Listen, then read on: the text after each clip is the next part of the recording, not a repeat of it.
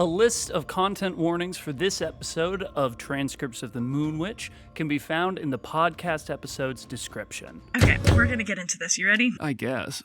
Welcome, people of the world, young, old, and eternal. This is Transcripts of the Moon Witch, podcast hosted by me, I'm Grit, and my brother Sam. Thank you for tuning in to our bi-weekly podcast, where we share our writing with each other and work together to build a fantasy world. Not entirely unlike our own, but perhaps a little bit cooler, which I've never said about myself. Yeah. Okay. This is our third episode, which is actually kind of crazy in some ways, and we're really excited to be sharing it with you. You can find transcripts for this and all our episodes for free on our Patreon site, and if you'd like, feel free to become a member for our Patreon for early releases of our podcast, additional episodes where we talk about our lives, our relationships to each other. Maybe you can hear about when Sam's tried to kill me with a machete before, and you can hear other work that we've written that doesn't necessarily pertain to this world that we're collaboratively building together. Future Sam here. While past Sam is trying to reconcile his sorrow at his past actions with the present need to be funny and do podcast stuff, let me just tell you that we don't have a Patreon. Crazy. We have a Ko-fi or a Ko-fi. No one knows how to say it. That's part of the fun. Come tell us we're saying it wrong. It's K-O-F-I, like sci-fi.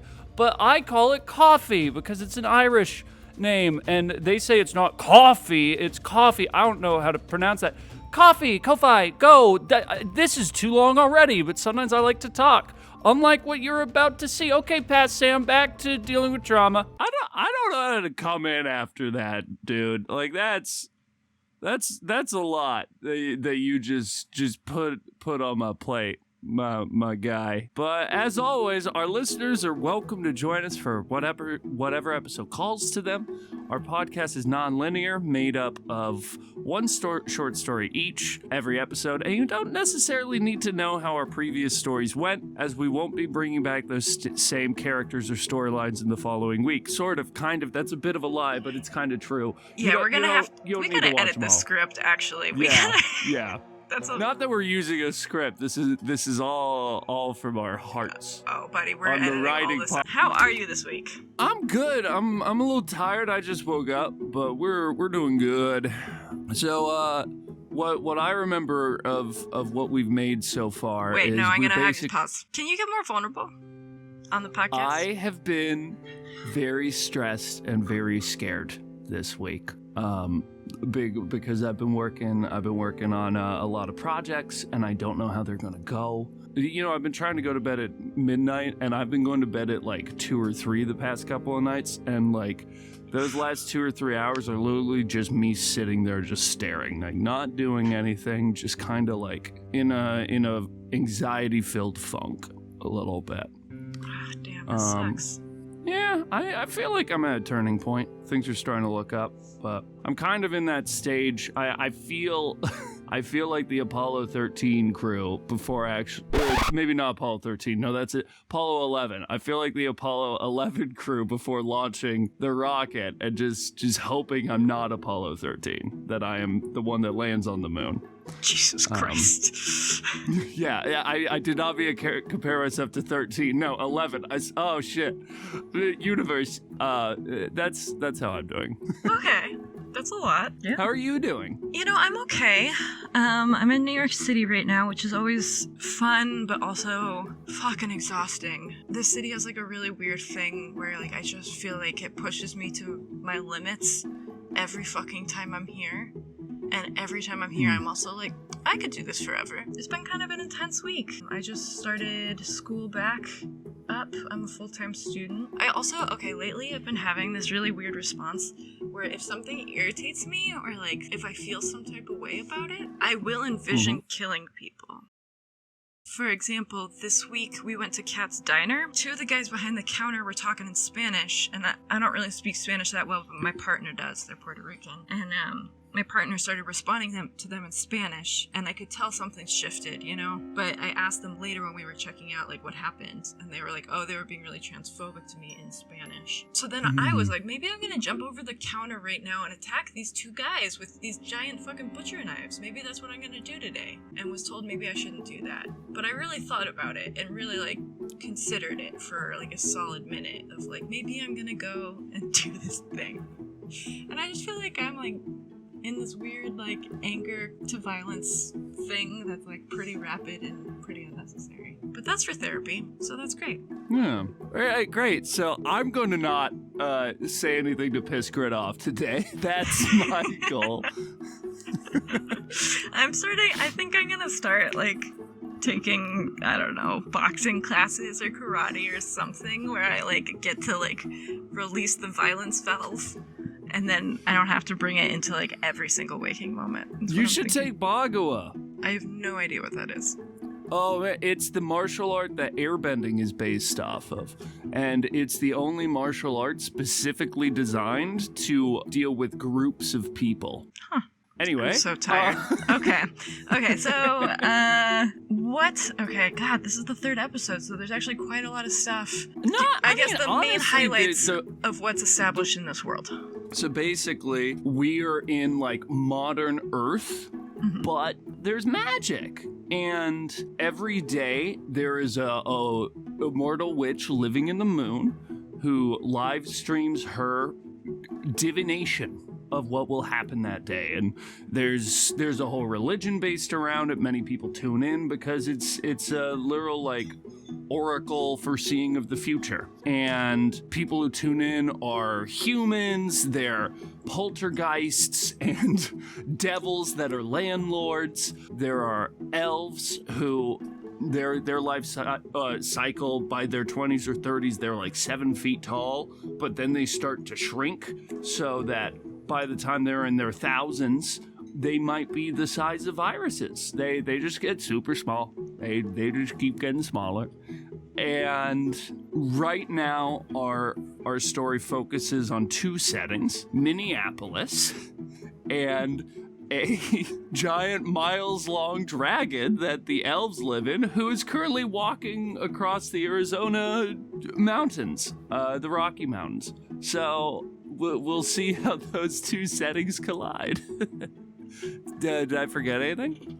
Well, I do want to say one thing. I'm pretty sure the Rockies don't actually go through Arizona.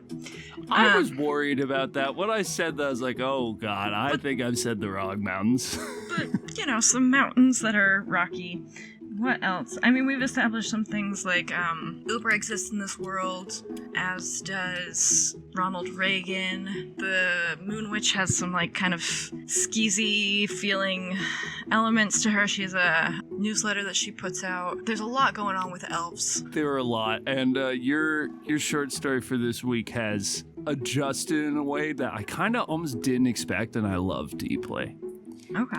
I'm interested. Yeah, with that said, do we want to just jump into your story first? Sure, I can do that. I will say that this is probably the longest story I've written so far. It didn't feel long to me. Okay. I mean, it's got numerous sections, so that could be part of it. But I guess I'll just read it, and if it takes so long, like, hopefully y'all didn't fall asleep or whatever the fuck. Like, that's up to you. You can always tune me out. Buckle in, buckaroo. Oh, I guess context for this. This was like, you know when you're, like, living your life and you just have those things that you're like, this makes me so mad, and you don't know where to put that? Like, I feel like this is a accumulation of numerous, sort of internal soapboxes I have, but also was really like, oh, I want to establish some of these things in this world. If there's anything else you want to add on that, I would love to hear it, but also what kind of, like, feedback are you looking for this story? I'm curious if the actual prompts felt relevant enough to this, or if it felt like those were took second place to the story itself. I'm curious how you feel about the pacing of the story and the story arc.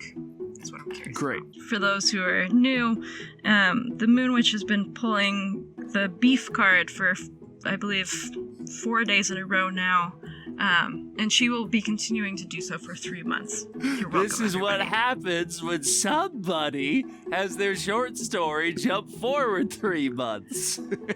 As you do when you do whatever the fuck you want. So. What a rebel. You ready? Mm-hmm. Rocco was driving Tessa's lifted Astrovan at 80 miles per hour, one hand on the steering wheel and one holding a lit cigarette between their middle and pointer fingers, some knockoff energy drink squeezed in their palm. It was fairly tasteless, but Rocco could feel their biceps pulsing from the caffeine and wondered what else could be in there. The label was chaotic, a mess of colors wrapped around the can while images floated in the foreground. A ballerina holding a hummingbird and a fish, a castle atop a mountain face, a crystal dangling from the sky. They just hoped these weren't indications of some psychotropic element waiting in the can's dregs. Tessa was in the passenger seat, watching the Orange Canyon cliffs zip past, little tufts of grass and leggy shrubs growing out of the cracks and ledges of the rock. "I'm just saying, I feel like you should really be choosing your friendships more wisely," she said, turning back towards Rocco. Rocco sighed. "Listen, no one is saying that Carly didn't fuck up. She fucked up big time and Xander got really fucking hurt." They took a drag from their cigarette. "But I also don't think I should just cut off my friendship with her because of something that happened 3 years ago, which she has learned from and grown. She's a totally different person now." They exhaled and the front seats became pillowed in smoke. Tessa's nostrils were flaring. Literally, Xander couldn't eat for 3 weeks. He had to be hospitalized. And as soon as that happened, Carly realized how fucked she was being and undid the curse. She literally cut her finger off to do it. Rocco's voice was straining to be heard over the engine of the old van. And when she tried to talk to him, give him talismans, apologize, hired a mediator for an accountability process, I don't think Xander should have to do an accountability process with someone who literally tried to kill him. Also, honestly, it was a fucking pinky. Like, Carly is fine. Jesus, Tess. There doesn't have to be a whole process or whatever, but it's also been 3 years and people are still trying to ice out Carly for making a mistake. How do you accidentally curse someone so that everything they put in their mouth immediately rots and squirms with maggots? Well, yeah, I mean, she did mean to do the curse, no doubt, but she was taking care of Melanie, and after seeing the way that Xander beat on her, like, why doesn't anyone talk about that? Why is it, fuck Carly, she cursed some dude, and not, fuck Xander, he beats his fucking girlfriend whenever he gets drunk? Tessa squinted her eyes, turning towards the dashboard. He's taken accountability for that, and Melanie says that she forgives him and he doesn't drink anymore. Right, so where's the space for that in the case of Carly? Rocco said, waving their cigarette and energy drink around. Like, she tried to apologize, she's tried taking accountability, she doesn't do hexwork anymore. When do people stop holding this over her head? "Oh, for God's sakes, you humans. Tales as old as time," spoke up Gina from the cup holder, sitting between Rocco and Tessa. "Y'all got the magic, but hate the magic holders. Always pushing the witches out into the woods, sticking wizards on top of mountains, but can't live without 'em either." Gina was 4.5 inches tall, but had the booming voice all elves had, a critical evolution that prevented them from getting squished or lost. "Yeah, I guess that Carly had about 1 more year in Minnie before the social scene pushes her fully out. Way it always goes with you people." "I mean, but do you think it has to be that way?" Rocco asked, taking their eyes off the road to see Gina. "Honestly, honey, I think you should be grateful they haven't stuck Carr in jail yet. That's what they normally do," Gina said, grabbing a granola chunk from a crumpled bag next to her. It was the size of her whole chest. Rocco knew she was about to gobble the whole thing, and wondered again about how her anatomy would fit it. "See? I'm saying we're not trying to be carceral. We're trying to be fair and do the right thing, but also keep our communities safe," Tessa chimed in. "But Carly's part of the community." Tessa furrowed her eyebrows at Rocco's words. "Not for long, dearie," Gina said, mouth full of granola. "I just want some balance," sighed Rocco. All three fell silent after that. Rocco pulled up to the next gas station. "Oh no, not this one," said Tessa. "This one is one of those portal ones." "The next station isn't for another hour. We're not gonna make it," said Rocco, hopping out to fill the tank. "Could you check on the nets though? Make sure no one fell off?" Tessa nodded and pulled herself into the back of the van. "Hey guys, how are we doing back here?" she called. The walls of the van were lined with shelving teeming with elves. A few gave vague cheers in response to her, but overall Tessa had ignored them. A few gave vague cheers in response to her, but overall Tessa was ignored as the elves went about sleeping, playing cards, unpacking lunches, and reading the latest news. The war in northern Canada was pivoting now that the Russian Elvish army had joined. The Bravehearts won the championship. A new epidemic of Ebola was breaking out, but no one knew which elves were responsible. Is this the beginning of a new social movement? Tessa checked the knitting she had hung up at their last stop 3 hours ago, after a handful of elves had fallen to their deaths at the bend in the road. There were a few elves clumped in the sag of the net that ran along the bottom shelf, but they all seemed to be moving more or less fine. Tessa scooped them up and placed them back in their respective places, relieved that none of them wanted to chit-chat with her. Elves were fine in their way. That's why she and Rocco had agreed to transport them to their moving city as they made their way to work the fall festivals on the west coast. But the older ones could become relentless in their storytelling, not unlike Tessa's own grandmother, but with thousands of years more stories to tell, and much less of the awareness around when their audience wanted to move on. Tessa grabbed the plastic bag she'd hastily thrown the elven corpses into at their last stop, and opened the back of the van to throw them out. As she threw the bag into the trash can sitting between the pumps, she wondered about the strangeness of death with these creatures. They died all the time, so easily, so fragile. But were also the main cause of death to humans. This caused so many people to hate them, calling them talking roaches, parasites, and all sorts of slurs that Tessa couldn't stomach to think. But they were also necessary. Without the elves shrinking into viruses and microscopic disease, humans would never die. Except by accident, like lobsters only dying through catastrophe, never old age. There was something terribly beautiful about it that Tessa couldn't quite name. Who doesn't want to be healthy at a gas station? Today, just try squeezing some lemon into your water bottle. That sure takes the edge off. Mary Mendez was blaring from the gas station pump screen as Tessa walked past. Fuck, this is gonna be a seriously freaky one, she said, bumping shoulders with Rocco near the entrance. Yeah, just remember, the bathroom should be near the back, and we don't need anything else from here. No snacks, no drinks, in and out. We can't get stuck today. Roger, Captain. Gina watched the two from the van's windshield. Tess and Rocco nodded together, hands on their belts, and then Rocco reached forward and opened the door. A blast of wind shot through the entry and sucked the two into a tornado of A blast of wind shot through the entry and sucked the two into a tornado of magenta and electric blue smoke. Gina heard wind chimes, chanting, and cows mooing behind the screeching of Mary Mendez's voice going on about the newest turmeric trend, before the door sealed behind her friends and all was quiet. Jesus Christ, they could have just squatted out the back to piss, muttered the elf.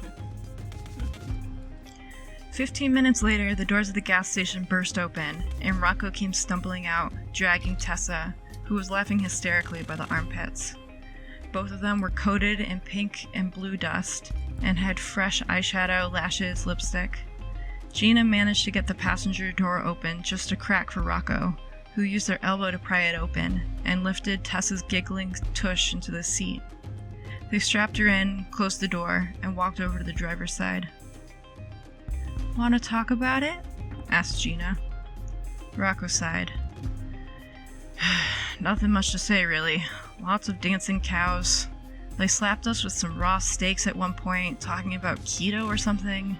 And then they tied our limbs to ash trees to make us watch their show on mindfulness. They stuffed us with marshmallows and hot dogs. It was bad. We managed to pee, though. Tess will be good in a few minutes." Gina nodded and pulled out a map. "Well, good news is we're getting close. I reckon an hour or so. Peregrine's not answering my messages. Must be out of service. So nothing's exact, really, but we should be able to find it just fine." "Sounds good." Rocco leaned forward in the seat and started up the engine. "Excited to see that fucker again." Tessa stopped laughing and sat up. "Damn, they really got me that time." "Sure did. Glad you're doing all right now," Gina said. They drove along a windy highway road for another 45 minutes, Tessa explaining to Gina the last time she got stuck into a gas station portal, before Rocco turned a bend and slams the brakes. It was too late. The car made impact with an elk standing squarely in the road, the whole herd behind her. The elk screamed, as did Gina and Tessa, as the van crumpled around the creature's body. Glass shattered, and the fizzing of engine liquids leaking could be heard. "Is everyone alright?" asked Rocco, unbuckling from the driver's seat. There was a looming quiet now. "Yes," said Tessa, clutching Gina in her hands. "We're okay." I'll check the back," said Rocco, standing unsteadily. Miraculously, only a few elves had died, flung out and crushed by the other bodies, or else slammed against the shelf walls. The elves were all pissed, of course, but in the seething quiet way of creatures that know one day they will be small enough to infect your body, and then you'll pay. Rocco stepped out of the van then, and Tessa quickly followed, carrying Gina. The elk was dead, but the herd was moving past, scarier things behind them. On the horizon, maybe 5 miles away, the silhouette of Rauskir could be seen, gold and glittering as he plodded along. Well, said Gina. How exactly are we going to get all the way to him from here? Rocco shrugged. We'll make it work. In their mind, they had all just fucking made it. They were at Rauskir, roaming dragon, city of elves, back in action after centuries of slumber. Ooh. Well, this is a silly bit of feedback, but it's Rethau Gear? Wow. Okay. Not Rauth Gear. So, and that's my one complaint for this short story, because I loved this. This was a great time for me, which honestly, I'll admit, kind of surprised me that I liked it as much as I did, simply because like this setting is just like a car, and they're just like driving places. And if somebody said like, oh, this is the story, I'd be like, oh, okay, let's get into it. But it was just a great time. I really liked the characters that you made. You did a great job of giving them life immediately. I will say you immediately made me hate Tessa a little bit. Mm-hmm. And it's like, I can kind of see where she's coming from, but it's like, the moment you make the argument, like... It's just a pinky. It's just a pinky, and I'm trying to remember the name of the woman. Melanie. Melanie. Yeah, Melanie forgave Xander, so we can just forgive Xander too. Like, fuck you! That's like, there's so many problems with that. And like, I get it's very real, and so like, and a very sticky situation. So it's, yeah, I was immediately against Tessa, but I think I'm also just kind of pro Carly, because Carly was a character in one of the last short stories, and also she's a witch, and you gotta support the witches. I was just gonna say, I think it was really clever to like kind of throw in that there is this like political and like moral, ethical issue of, in this world of magic, you know, there's so many times when you look at people doing bad things, and you're like, God, I wish I could like punish you for the bad things you do. And now, like, there are people who can do that. They're like, yeah, I can cast a curse. You can. That's easy as hell. And there's going to be complications that arise from that. And I think I like that you included that. And it's very interesting. And it's funny how much my mind gets like locked in on that, and the next thing we know, there's a gas station with portals to a field. Yeah. Okay, I have so many things. So, I was trying to debate whether or not I really should even include that part about Carly. I felt like part of it was that, like, in some ways, Carly is being established as this really important character, and so we need more feedback about her. Also, it was sort of a, like, I feel like no matter what sort of punk community I've been a part of or, like, been around lately, like, accountability processes are a huge thing that people are really navigating and, like, trying to figure out. And most of the time, they're pretty fucked. Like, maybe they're well-intentioned, but, like, the actual reality of it is pretty hard. But what fucking happens when people are terrible, right? Like, in this world, people can still be abusive, people can still do all of these things, but other people, or maybe even the same people, can also curse the fuck out of you. And, like, can you imagine if everything put in your mouth turned into like, I would die right Horrifying. then. I wouldn't last 3 weeks. Like, I mean, way past dead. Yeah, honestly, well on him for surviving three weeks. I didn't even think of that. So I was like, that's the sort of stuff that I'm like thinking about a lot, and I was interested to like think about how people in another world would be still dealing with some of the same issues. In some ways, the gas station is also totally irrelevant, but also felt like really necessary for building the world and establishing.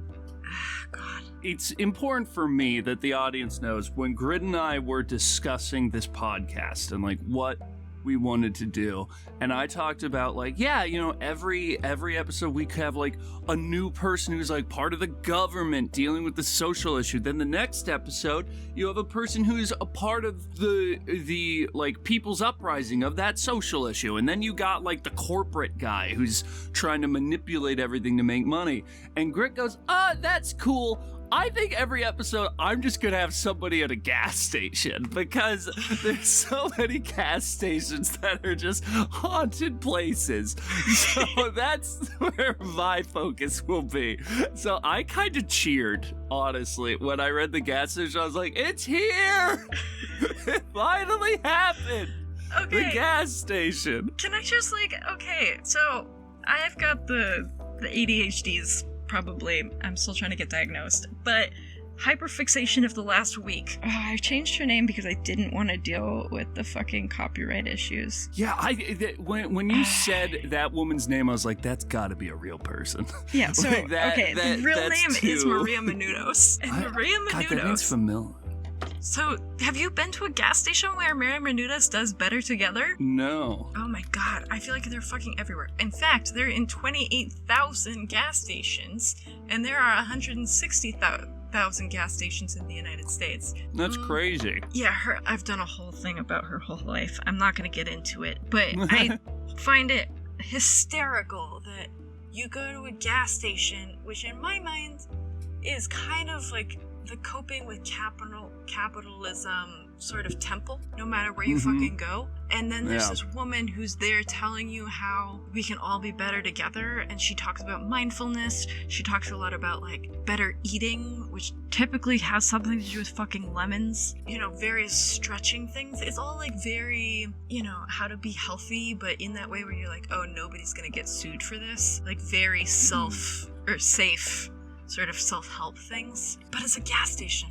You get these tips while you're pumping gas. Like, I go in and I get myself like fucking beef jerky and Kit Kat bars, and then I come out and I listen to what Maria Menounos has to say, you know? You can't even buy a lemon there. No, it's fucking ridiculous. Part of me is like, why did I write this? But it was funny to me, and so it ended up being created. I'm really glad you did. I thought it was great. Did you feel like the portal element of that was ridiculous? Well, great. Of course I thought it was ridiculous. I don't think that's the question. Yes. They went through a portal and they were in a grass field of, what was it, talking cows? You know, who it's slapped them with meat and talked about keto? Great. How insane would I be if I didn't say it was ridiculous? If I was like, oh yeah, that was like pretty normal, actually. I thought you could amp it up a little bit. Yes, it was ridiculous. Also wonderful. I loved it deeply. Did it feel like it was pulled off? I will, like, on the second go through, I will say, like, listening to it again, I was like, okay, like, a little bit about this feels a little, like, I don't know.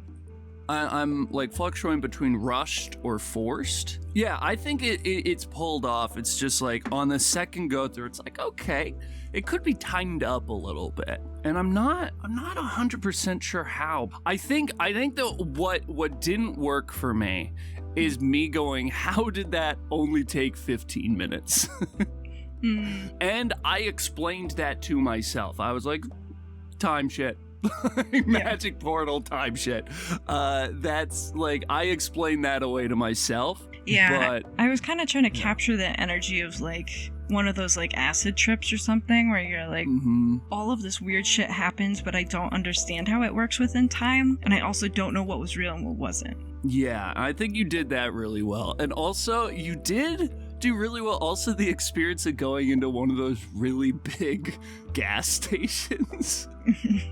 And, like, you just see tons of characters, tons of, like, dudes on Bluetooth phones, and then also truckers who have been clearly awake for 18 hours, and, like, giant stuffed animals. Like, it had that vibe to me as well. So you had a throwaway line I didn't notice the first time through of, like, they're just dropping the elves off at the dragon as they go to some festivals on the West Coast. Which, first of all, like, imagine how much work that's. Like, they had to set up a whole, like, carrying system for these thousands of elves to just do them a favor. Good on you, Rocco and Tessa. In my head, they were about to perform a heist on Rethalgear, and they had all these elves to help them perform a heist. Wow.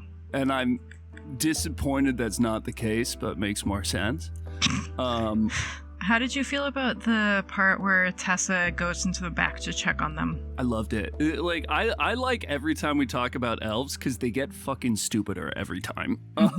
Yeah, just the vibe of the elves was so good. You kind of, like, you didn't change the nature of elves, but you specified it in a way that I actually hadn't intended. I'm completely fine with it, and I love it. You know, this all kind of spawned when I said, like, oh, you know, once the elf gets small enough, they join the viral crusade. In my mind, that was actually them fighting viruses, like beating the shit out of Ebola and going up and being like, fuck you, flu. Instead, it's just they become the viruses, which is a lot more fun and a lot more chaotic. And I think that also leaves room for there to be the other group that's like, no, we beat up the elves who become viruses. Yeah. It does make this world crazy.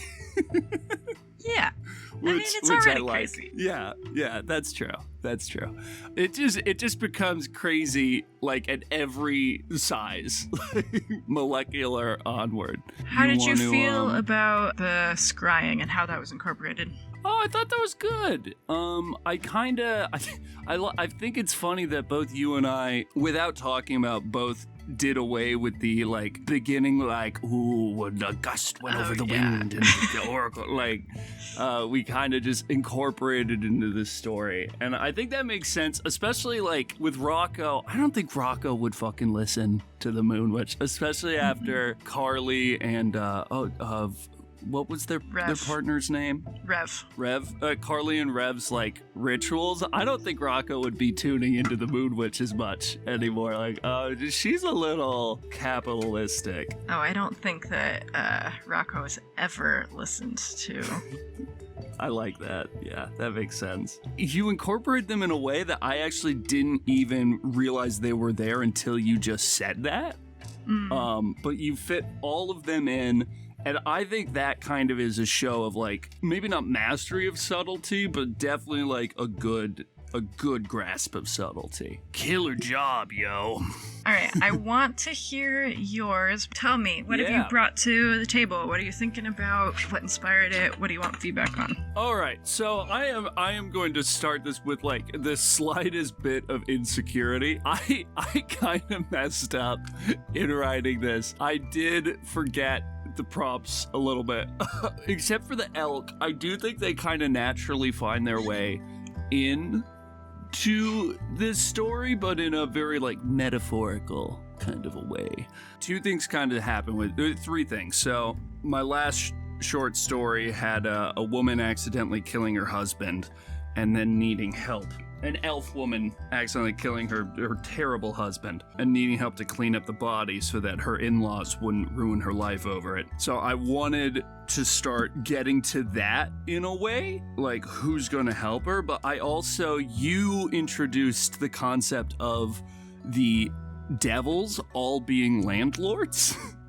In your last short story, and I really liked that, and I wanted to see how that would interact with this, like, mystical world of Rethalgear, right? Like, living in a dragon. Are there landlords there? And finally, I made a character grit that, whether you like it or not, it's kind of inspired by you. Oh, so great. Cool. Have you read my story? Yeah, I have a lot of questions.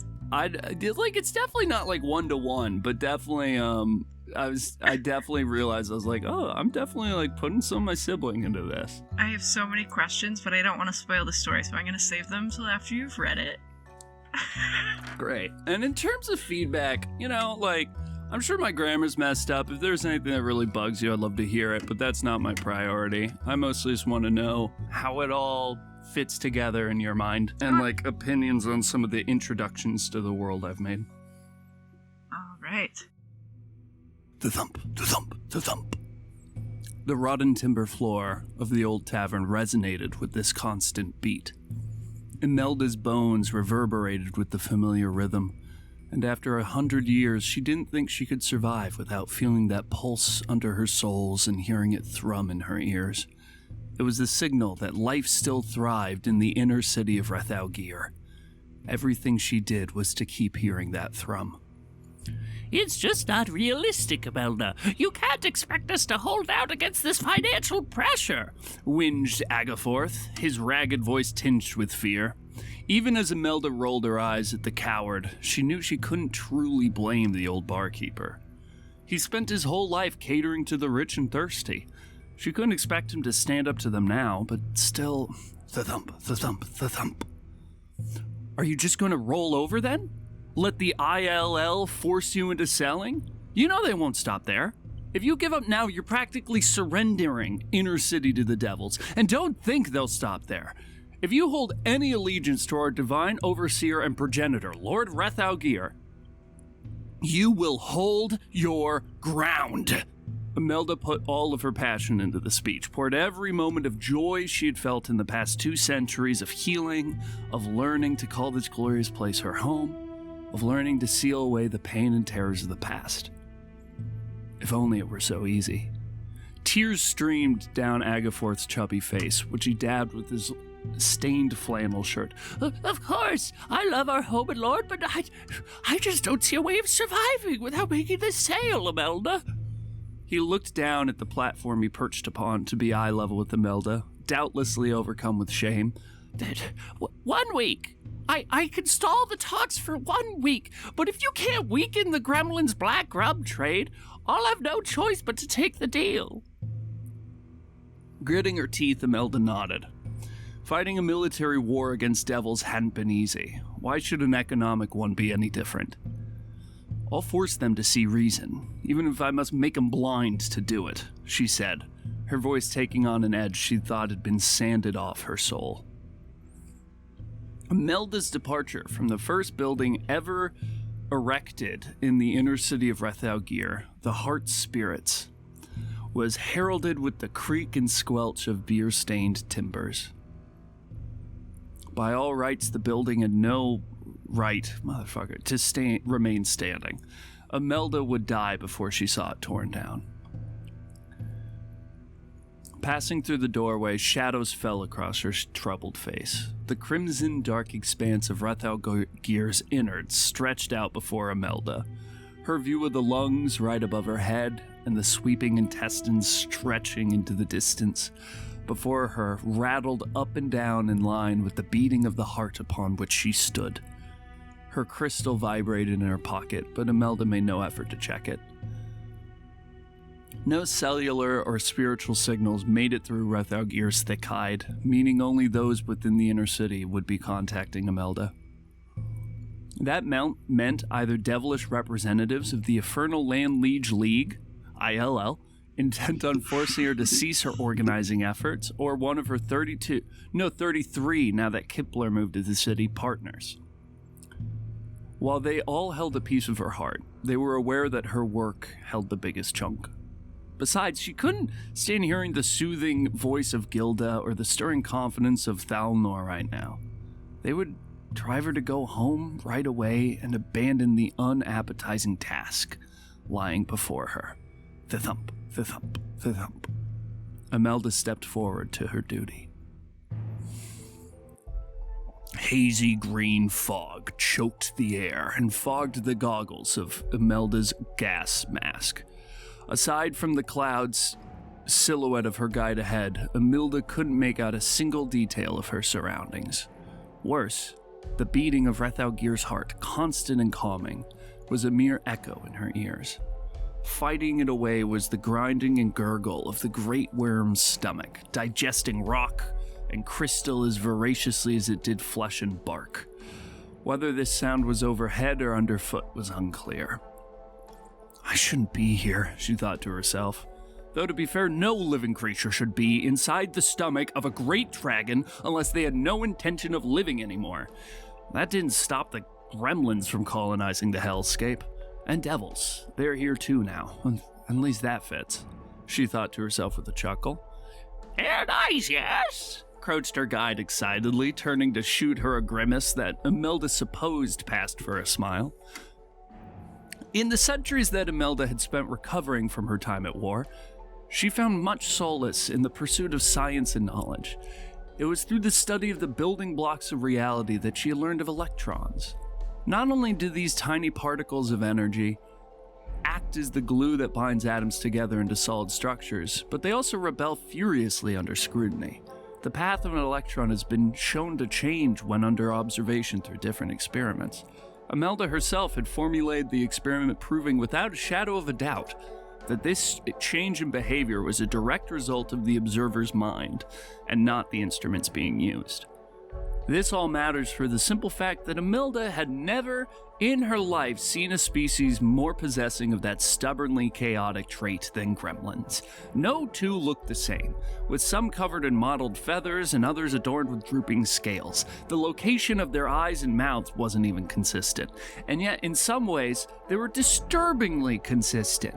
Each of them was the exact height of 1 foot and 6.6 centimeters. Each of them, in this instance, includes offspring, which no journal of repute had any proof of existing. Their hands and fingers, wherever they were on the body, measured 3 inches in length precisely, and it was scientifically impossible to distinguish one of their voices from another. The monsters all sounded exactly the same, down to the tone and inflection of their words.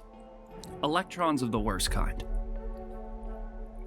For despite all their physical malformities and intellectual deficiencies, the creatures had somehow managed to create a world-spanning union that formed the foundation for 90% of all commerce and production needs. Their claims to be completely self-directed were all well and good according to the UN, but Imelda knew better. They were now flooding the markets of Rethaugir with cheap, subsidized goods, food, and liquor at such low prices that no local businesses could compete, and Imelda had a good guess as to why. The ILL had sought for a long time to secure a foothold in the publicly owned city of Rethaugir. The Gremlin Union seemed willing to give them one.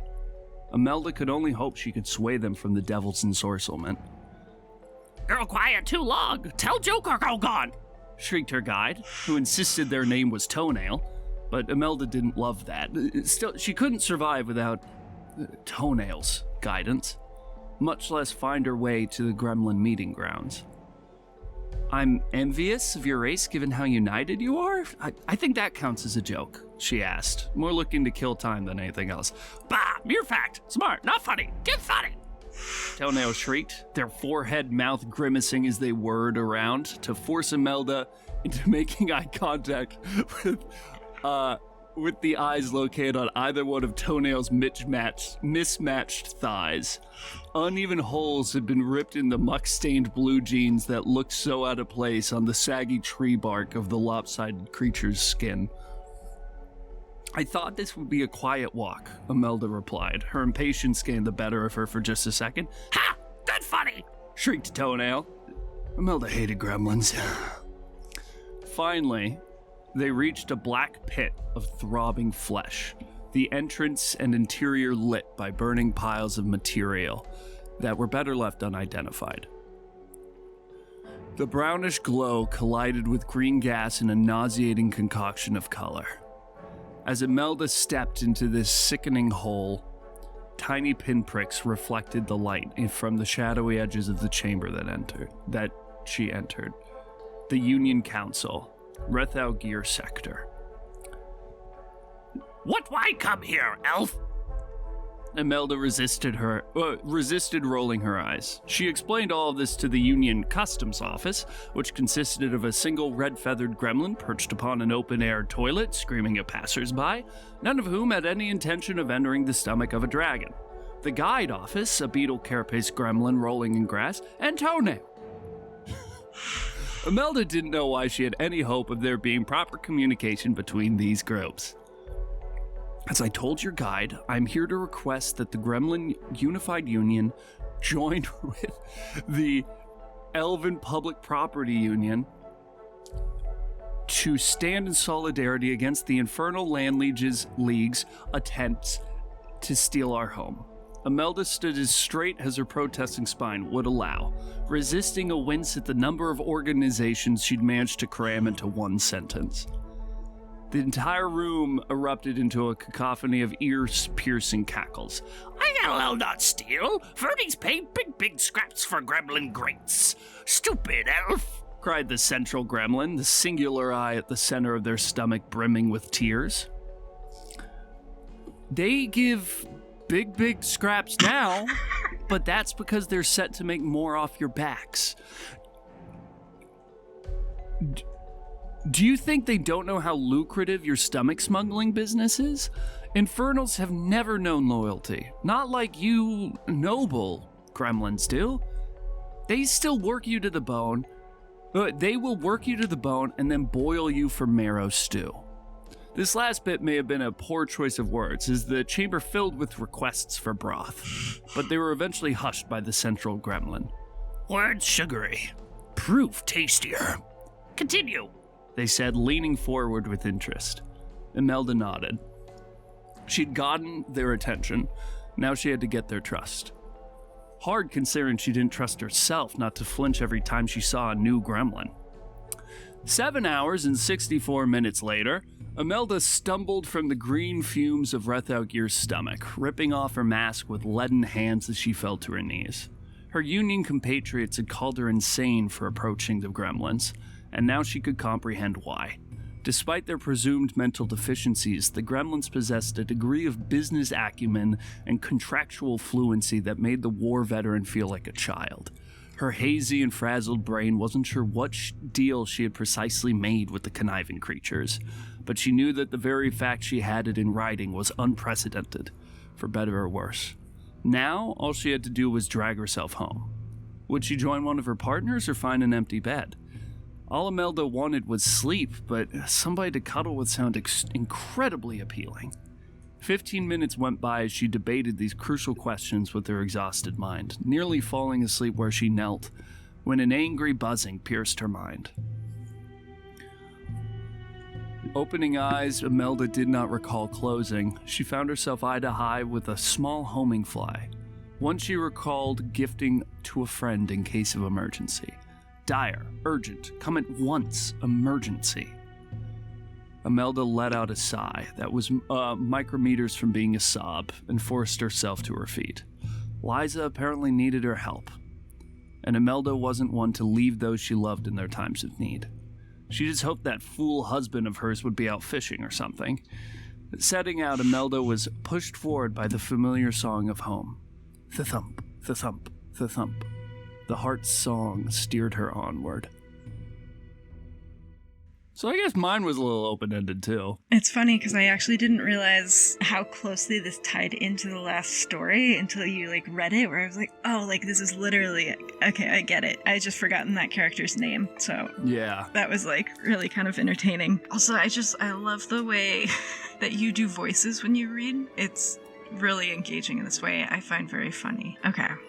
I'm gathering my thoughts. I'm wondering if you have anything that you want addressed right out the... I would love opinions on the gremlins. Mm-hmm. I would like opinions on what would, I was very vague in what was happening, and I tried to, lay out what was happening, but I didn't want to spend paragraphs explaining it, so I was like, I'm going to say enough that people could draw lines, but they might not necessarily do so, as to the conflict being presented here. What did you think Imelda was trying to do and was trying to combat? I think by the end of it, I understood what Imelda was doing. And I love it. I love union organizing. I think that's great. I think that's badass. I do really wish that I understood what the fuck had been going on. Earlier on? Because, like, that makes sense. I understood, like, the beginning part where she's talking to Agaforth, but then when it got into the green fog and all of that, I was like, okay, we're in the stomach now, we're doing the thing.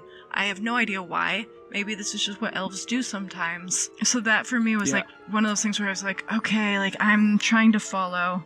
When you said the thing about electrons, wow. As soon as you started talking about, like, science, I was like, oh no, like, I know I have to read this, but, like, damn, I don't do the science reading, and I don't know what this is relevant for, and I am hanging on by a thread right now.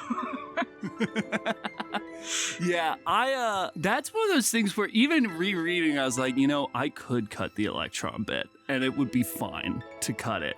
But when I came up with the Gremlins, my first thought was they are living embodiments of electrons. Like, they change their behavior based on being observed. And oh, I didn't get that. Because, like, there's things about the electrons where I was like, oh, I really, like, this is interesting writing, but I don't know what it's for, and so I'm confused about it. If that was emphasized, that it's like Gremlins change based on being observed, that would be fascinating. Okay, I keep doing this thing where it's like obvious in my head, so I don't worry about making it super duper obvious, so I really need to work on that. Yeah, that was kind of that. Also the fact that they're like the backbone of society, in a way. Like the foundation of it. Let's get into the Gremlins, because these creatures are amazing. I love them. Inspiring. Amazing. I'm also willing to change some of their, like, super defining features. I wanted there to be things that are always consistent, but, like, I don't need them to always be, like, a foot and, what was it, like 6.6 centimeters? Okay, I need to make one note about that. You're doing inches, feet, and centimeters all at the same time? Yes. Yeah, yes. I was like, these are Gremlins. They don't understand that units of measurement, like, you can't mix them. And so I wasn't sure if it was, like, intentional or because part of me was like, this does seem like very Gremlin behavior, and then was like, but this could just be sloppiness. Okay. That's also why Imelda was there for 7 hours and 64 minutes. I was gonna note that and, like, was trying to really hold my tongue where I was like, listen, I deal with all of the typos, but there's some shit I really need you to work on. Yeah, I mean, there's, like, I think anytime I write about Gremlins, like, it is gonna be like, Sam, this is, like, such a stupid mess up. It's like, yeah, it is. It's purposeful. it's Gremlins. So the struggle I'm having here is, like, I love these creatures. Also, like, I don't know how you came up with the dialogue for them, but it's great. Like, big scraps. Are you kidding me? Like, this is, I genuinely don't know how you came up with that, and I love it. Words sugary, proof tastier. Like, excellent. Did you see for Gremlin Greats? Like, instead of Gremlin Goods, they make Greats? Greats, yeah. They're very endearing. I think my struggle is I'm like, in some ways, like, the energy of them is very stereotypical Gremlin, and then their appearance is not stereotypical Gremlin, and we're not trying to do stereotype creatures. Like, I'm having this thing where I'm like, I want these beings to be here, but should they have a different name? That's fair. I will say one of the reasons I chose Gremlin is because actually, like, I've never seen the Gremlins movie, right? That's actually where they were popularized, because they were not a thing until the 1920s. And they're, like, a folklore thing basically by the Air Force, because, like, they would keep losing equipment, and they're like, oh, the Gremlins took it. And so that's, like, their entire mythological thing is just from people losing shit. And so... What? Yeah. Give me all the history. I want it now. Like, the British RAF, we are a bit on a time crunch, because you gotta go soon. But yeah, it's like an Air Force thing. And they used to make posters of, like, little guys stealing shit. And, like, don't let the Gremlins steal your wrench. Something about that, I was like, okay, I'm not gonna worry about Gremlins. Because I was originally going to do goblins And that just felt a little too much overdone. But gremlins feel like they're a little more unexplored. You are right, they're very close to like just what you imagine gremlins to be. I think that's my struggle with them, is that like energetically they are the same, but like visually they're different. And I think you do need to emphasize that part you're saying of like they change based on like being observed, which is fucking fascinating. Everything that they're doing right now, they're being observed. Yeah.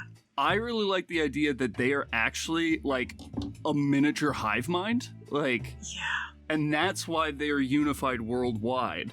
They are a hive mind, and they're like, guys, we need to be fucking dumb. Because, like, they will be threatened by us, and we're able to live in harsh, terrible environments. Like, in my mind, one of the reasons they're able to dominate the world and, like, be this backing of infrastructure is because they like, settle in volcanoes, and they set up boats in riptides. Like, they don't live in places anyone else can live. And so so that already makes them a little intimidating. You're scaring the fuck out of me right now. Are you kidding me? Nobody can survive with these things. Yeah. And so I don't know if they're actually this dumb or if they act this dumb. And I could see a world where they're actually like all geniuses, or if they're all dumb, but as a hive mind, they become a little smarter. I'm down for either. I mean, also, I think one thing that you did really well explain here is like, maybe the way that they speak really doesn't translate well. Like, they sound goofy, but clearly they know how to drive a hard fucking business bargain and are really very aware of capitalism and how to, like, do the things. So I think it's also, like, don't fall into the trap of, like, they are dumb. It's like, they are very different, and the translation is what's wonky. And, like, I do kind of want to give them another name other than Gremlins, but I'm also really interested in all of this history that you made here. I'm down to change the name. I'm wondering if you should now. I chose Gremlin because it's such an amorphous term. Like, if you look up Gremlin, there is no one image of Gremlin. Like, there's the Gremlins from the movies, and then the other Gremlins, like the historical Gremlins, are like tiny little people. And so, like, in my mind, like, that kind of fits the kind of Gremlins I made, which like Toenail had bark skin. Like, yeah. Also, every time I had to call that character Toenail, I was both like so happy and so revulsed and sickened. I love the part where it's like, she didn't love that. Here's what I'm wondering. What if, maybe what you need, or somehow one of the things is like, maybe she turns her head. Let me know if you're open to this. We can just scratch all of this if I'm just like being a poo-poo head. But like, she turns her head and she looks back and they look entirely different. And so you create this like unsettling factor where you're like, oh, you only literally look like this because of how I'm observing you. Like, their actual like appearance shifts? Yeah. Oh shit. I really like that. Yeah, like from the corner of her eye, she didn't see the eyes on Toenail's thighs. Yeah. Yeah. Oh, that's creepy as fuck. These are so creepy. Why did you make something so creepy? I thought they were just funny. I did. They are funny and they're terrifying. You made these tiny hive mind creatures that can survive anything and they rule everything, but they look different depending on how you look at them. And everybody thinks like, oh, the stupid gremlins. Yeah, they make us food from the dragon's stomach and shit. Like, yeah, like nobody's concerned about the gremlins. Bro, I'm stressed about this. Okay. I'm gonna need to spend some time thinking about these. I'm gonna have to write about some gremlins. I'm sorry, it's gonna happen. It has to happen. I was hoping. I will say, I mentioned their black grub trade. That is one thing I really regret not getting to. They are not like the black market you talked about where they like summon stuff. They just live in Rethaugir's stomach and they fish out food from his stomach and just food products from it. Yeah, goblin greats for sure. Are you fucking kidding me? I think the story like has like some things that need to be ironed out and explained a little better, but I do really enjoy one that there's union organizing happening and the creation of these creatures. I'm a little now that I know more about Gremlins, I'm kind of questioning, like, really, like, the problem is the devils coming in? Are you kidding me? So I'm interested in how that's going to the Gremlins have interplay. always been there. You know, it's like nobody thinks of the Gremlins as a problem, and they think the Gremlins are being manipulated by the devils. Gotcha. To basically, and that was clear, right? Basically, they're like selling such low goods, no businesses can compete and have to sell. Yeah, I think part of me was like, I need, in some ways. So one thing is, like, I think you did a really good job of creating setting in this, which I don't know if you intentionally tried to do, but I think, like, I really felt like I could visualize what was going on and where people were throughout all of this, which was great. That was my major goal. Yeah. With this one. I think you really, really did well with that. This did have me wondering, like, does this place run like a regular city does? Like, it was like one of those things where it's like, well, like, I think I can vaguely guess about how it is to live on a fucking moving city, but I don't know for sure. There's sometimes when I write stuff, I don't intend for it to be there, but it kind of like fits. You know, she said the publicly owned city of Rethalgir, and then she said she could just find an empty bed. So in my mind, like, the city belongs to the elves, and it's like not to an elf. It's like, yeah, this is all of us. This is like a communally owned place. This is an anarchy city? A little bit. This is an anarchy city, and then... But there are some spots, like the first tavern ever made, like, it's kind of obvious possession of that, but there's like a lot of open-endedness in most aspects, and so that's why it's really important to them that they don't let the ILL get a single building, right? Because they'll just encroach. Oh my god. Okay, I need to write my next story here. I already had ideas for what my next story was going to be, but I was... Okay. This is great. There's so much was just created. This world has just rapidly evolved just so much. I really hope you bring back, I can't remember her name already. What is it? Imelda? Imelda. I liked Imelda. She was... honestly the only elf we've met where I'm like, okay, she seems stable. Yes. Yeah. And she's a like traumatized war vet. Yeah. I didn't think like, oh, this is grit, but I definitely like kind of looked at you for reference in making her, if that makes sense. Yeah. Okay. Initially when you said you would like got inspiration for me for some of your characters, I honestly thought you were talking about the Gremlins, and I had really mixed feelings about that. No, I meant Imelda. That makes a lot more sense. Word. Yeah, that makes a lot more sense. I did. There was like a weird, almost like therapeutic thing in me doing this, and me realizing like, oh, anytime somebody does social justice work of any kind, union organizing, any protesting, I immediately compare them to my sibling. Like, immediately. That is like the basis of social justice for me, and I don't know how to feel about that, but that's we gotta get you out more. We gotta meet some people. That's what I thought you would say. Yeah. So I guess, how do we feel about this impacting the world overall with both of these stories? I guess I feel like we've kind of touched this in some ways, but go ahead.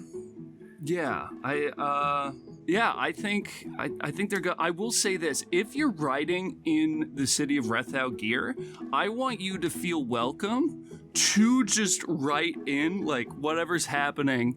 Like a dude's working at a gas station or a general store, and two elf women, Liza and Imelda, come in to buy some tubs of acid. You know, and, like, oh my god.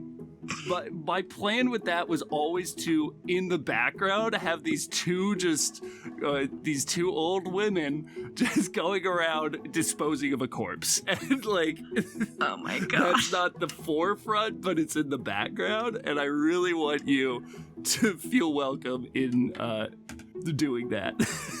Oh my god, okay, I'm gonna think about that, that'll be fun. I also did think it would probably take like a day for Imelda to get from the inner city to where Liza is. Okay. Like just a lot of transport.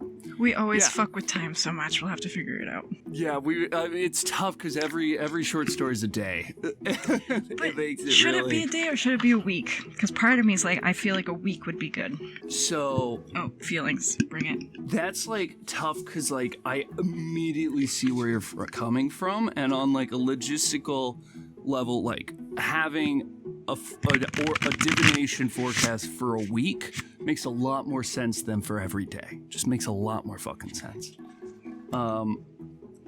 Short story wise, like the interconnected stuff that like I've been doing specifically and you've been doing to a degree as well, becomes a lot harder to work if it's every week. I feel like it would like... Well, so like this, if it's every week, then between when Liza killed her husband and now, this short story with Imelda, it's been a week. Wow. She didn't get Imelda's husband's just been rotting on the floor for a week. Yeah, okay. But I and mean, then going forward. Next episode, like they write a short story, it'll be a week after Imelda came up to help Liza, so like they won't really be doing stuff at that point. I could think of other stuff. It's just like it's hard to make interconnected story because like not interconnected story. It's hard to make any stories with any sort of tension because it's like, well, they probably did it the moment they were off screen, right? Oh, that's true. Okay, I can deal with yeah. that. I think I'm not I in the locked future in. might like push it to be like, actually, I'm gonna need this one to take place a week later because I'm really sick I think of this that's super storyline. fair. I think that's super fair. I think we can definitely like decide like, okay, for this one, let's skip forward a while. I think it makes sense too to have it be a day for at least this next one because Rocco's getting a bunch of refugees. I didn't even mention that. Like the world idea of like, we had Peregrine come in on this fancy balloon to see Rethal Gear, and it's like, oh, the elves on their pilgrimage. But then, like, of course, that's like the upper class fucking bullshit elves, and there are some elves who have to get some people to drive them in a truck. Like, of course. Like, almost like illegal immigrant status of elves. Like, yes. Oh wow, I really wasn't thinking about it like that, but sure. It just reminded me of that scene of Men in Black, like 100%, like the opening of Men in Black. Yeah, I really liked that. It felt very real, gritty. Hell yeah. Do we want to draw cards? Yeah, I think we should. Somebody at residency was asking me what deck you used, and I couldn't answer. So last week I used the Voyager Tarot deck. Okay. Which is kind of terrible in a way. It's very pretentious. But I do get a kick out of it. Today I'm using a different terrible deck, the Dragon Tarot. Are you I've kidding? been avoiding using... Huh? Nothing, go ahead. I've been avoiding using the Rider-Waite Tarot just because it feels too on the nose. For the card, I got the Chariot. And I drew the Salamander and Black Pepper, which stand for inspiration. Symbols of fire and heat, the Salamander and Black Pepper call us to be full of energy and inspired. And then ran a word generator? Yeah, I have drawn the word illness. Oh. Feels relevant. I mean, to the elves, also the infertile. Oh, I wanted to highlight my favorite joke of my short story: the Gremlin Unified Union. Goo. Join Goo. Yeah. Fantastic. The Chariot, the Salamander, and Black Pepper, and illness. I think I'm good to wrap this up. Cool. Sicked open rad. Well, thank you for sharing with me today and for all the work that you've been doing to get this podcast going. Yeah, and thank you too. Recording with you is always a pleasure. I always look forward to doing this. And I hope you, the audience, enjoyed it as much as I enjoy doing this with my sibling.